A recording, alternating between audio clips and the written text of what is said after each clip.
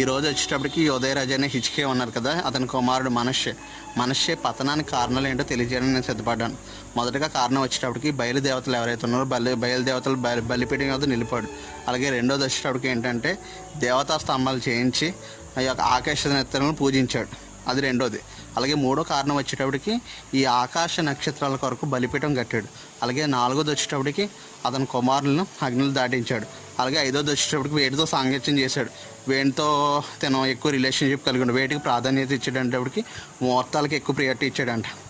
అలాగే ఇంకోటి వచ్చేటప్పటికి ఆ మంత్రాలకి, అలాగే కర్ణపిశాచులతో వీటితో ఎక్కువ సాంగత్యం చేశాడనమాట.